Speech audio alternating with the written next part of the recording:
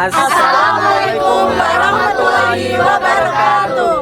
Hai, kami dari kelompok 2. Di sini kami ingin menjelaskan tentang DNA, Damage, and Repair. Enjoy this video. Assalamualaikum, nama aku Panji Arya Mustafa dengan NIM 20230340043. Oke, perkenalkan nama saya Gilang Walid Septananda, NIM 2023-034-0051.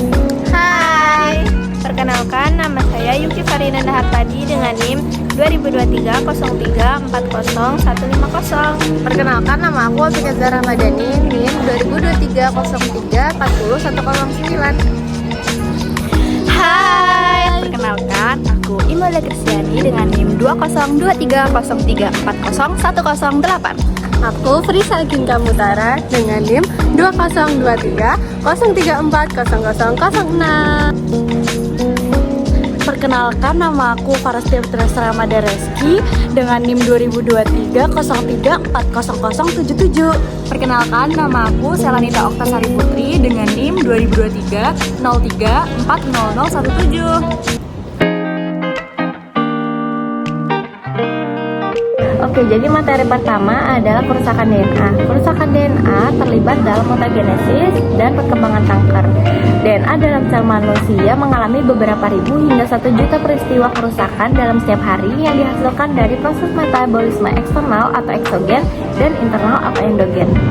Kemudian perubahan genom seluler dapat menimbulkan kesalahan transkripsi DNA dan penerjemahan berikutnya menjadi protein yang dihasilkan untuk sinyal dan fungsi seluler.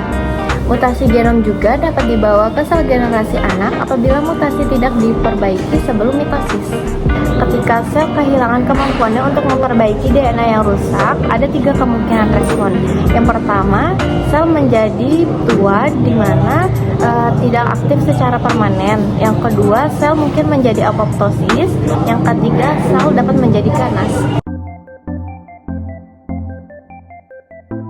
DNA dapat diserang oleh mutagen. Mutagen ini adalah agen yang menyebabkan perubahan materi genetik sehingga menyebabkan terjadinya mutasi. Jenis mutagen ada 3, yaitu yang pertama mutagen kimia, kedua mutagen fisika, dan terakhir mutagen biologi. Mutagen kimia dapat menyebabkan mutasi karena memiliki bentuk yang menyerupai basa nitrogen dan dapat menyisip di antara basa nitrogen pada DNA. Mutagen fisika dapat berupa sinar X. Sinar X ini dapat menyebabkan reaksi pengionan. Reaksi pengionan dapat menguraikan DNA sehingga sintesis protein akan terganggu. Ada pula sinar UV. Sinar UV ini tidak menyebabkan reaksi pengionan, namun dapat diserap oleh basa nitrogen sehingga replikasi DNA akan terganggu. Mutagen biologi dapat berupa mikroorganisme seperti virus dan bakteri. Mutagen ini dapat merusak kromosom sehingga sel menjadi abnormal. Kerusakan DNA juga dapat disebabkan oleh depurinasi, deaminasi, dan metilasi. Depurinasi adalah ikatan kimia yang menghubungkan basa purin dengan rantai deoksiribosil fosfat yang dapat putus secara spontan. Yang kedua adalah deaminasi. Deaminasi terjadi di dalam sel dengan hilangnya adenin, guanin, dan sitosin. Yang terakhir adalah metilasi. Metilasi merupakan hilangnya gugus amina yang menghasilkan basa timur.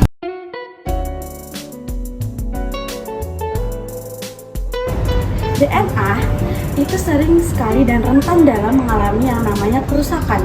DNA itu sebagai materi genetik sering sekali mengalami aktivitas-aktivitas reaksi kimia dan aktivitas pengkopian materi genetik.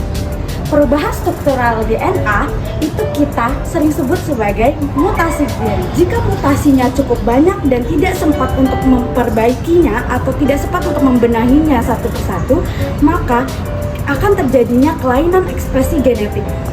Perbaikan DNA itu merupakan sekumpulan proses dalam mengenali dan membenahi molekul DNA yang ada di dalam sel. Walaupun demikian, proses pembenahan DNA tidak selalu dapat memulihkan kerusakan tersebut. Ketika pembenahan DNA secara normal itu gagal dan apoptosis tidak terjadi, maka yang akan terjadi adalah kerusakan DNA secara permanen. kita kembali ke fase pada siklus sel, yaitu fase G1. G1 itu terdapat checkpoint atau tempat di mana sel itu atau DNA itu akan dikoreksi, dan apabila terjadinya kesalahan, sel mempunyai dua pilihan. Yang pertama, kerusakan itu akan diaktifkannya DNA repair, dan yang dua, sel akan dimatikan atau apoptosis. Mekanisme DNA repair itu terbagi menjadi 3 mekanisme. Yang pertama, mekanisme damage reversal, yang kedua damage removal, dan yang ketiga damage tolerance. Damage reversal yaitu pergantian secara langsung, di mana perbaikan DNA ini tidak memerlukan template dan diterapkan dalam 2 jenis kerusakan utama. 2 jenis kerusakan utama seperti pembalikan langsung proses kimia yang menghasilkan kerusakan dan pergantian basa nukleotida yang rusak. Damage removal itu merupakan proses yang kompleks karena melibatkan replacing atau pergantian secara dipotong-potong. Damage tolerance itu merupakan mentoleransi kesalahan, di mana kesalahan ini yang tidak dapat diperbaiki lagi akan dipaksa untuk ditoleransi, dan kemudian yang dipotong adalah kedua strannya. Sel yang secara tidak efektif lagi dalam memperbaiki kerusakan ini akan berujung pada 3 keadaan.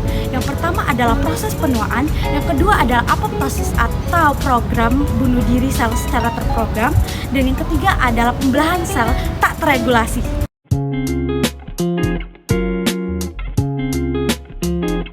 Mismatch repair adalah suatu mekanisme perbaikan DNA untuk mengoreksi apakah DNA itu telah teraplikasi dengan benar, seperti kesalahan dalam mereplikasi dan timbulnya molekul-molekul yang tidak diinginkan dalam DNA dalam proses deaminasi.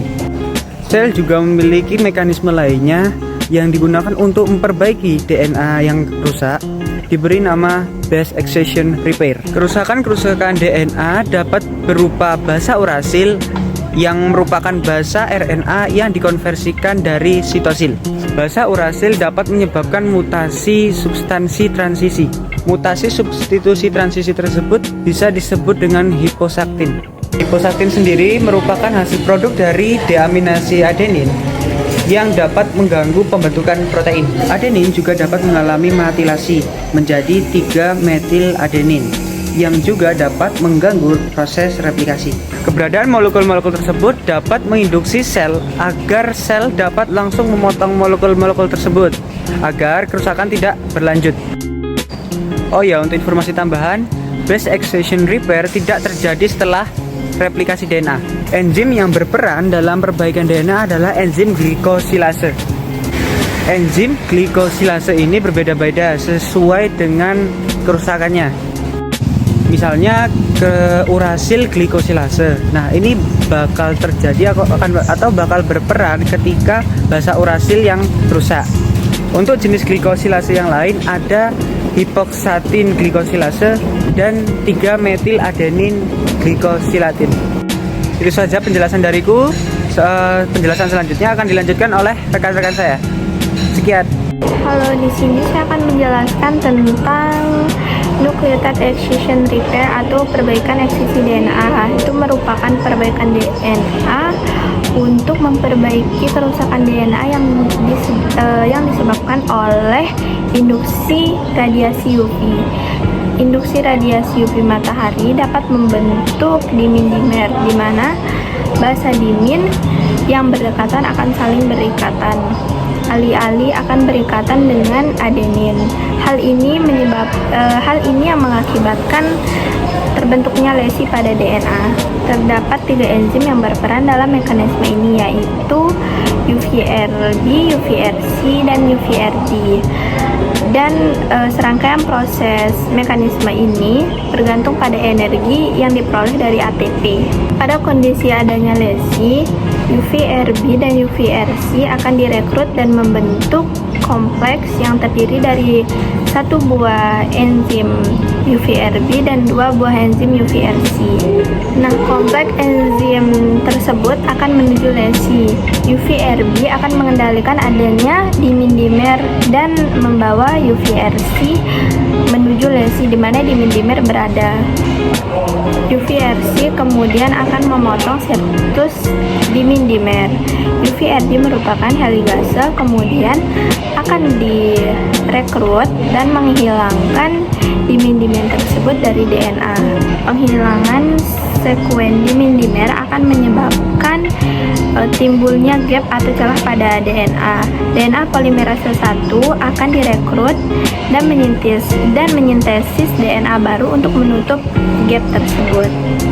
Ligase kemudian akan menguatkan ikatan DNA baru yang dibentuk.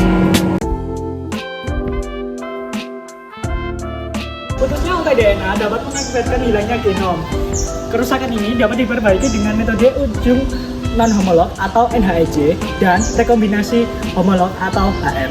HR ini bekerja pada fase S atau fase G2 dengan menggunakan template atau untaian DNA yang identik. Sedangkan NHEJ tanpa menggunakan template tetapi menggunakan beberapa enzim yaitu DNA ligase 4, XRCC4, dan protein kinase, serta menggunakan protein heterodimerik untuk menggabungkan DNA yang rusak tanpa template.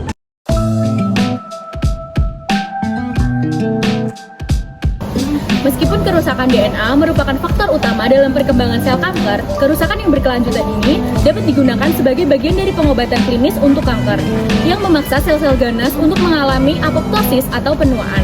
Mekanisme perbaikan DNA seluler dengan mengurangi mutasi yang dapat menyebabkan kanker. Proses ini berupaya untuk mencapai integritas genom, namun mekanisme yang sama pada sel ganas memungkinkan sel tersebut bertahan dari kerusakan DNA tambahan dan melanjutkan pertumbuhan yang baik yang terkendali.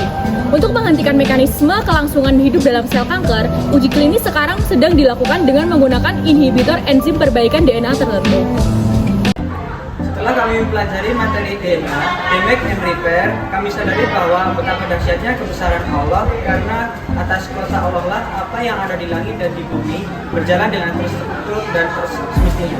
Dan apa yang telah difirmankan Allah dalam Quran surat Al-Baqarah ayat 27, katakanlah, Engkau keluarkan yang hidup dari yang mati, dan Engkau keluarkan yang mati dari yang hidup, dan Engkau beri rezeki siapa yang Engkau kehendaki tanpa hisab.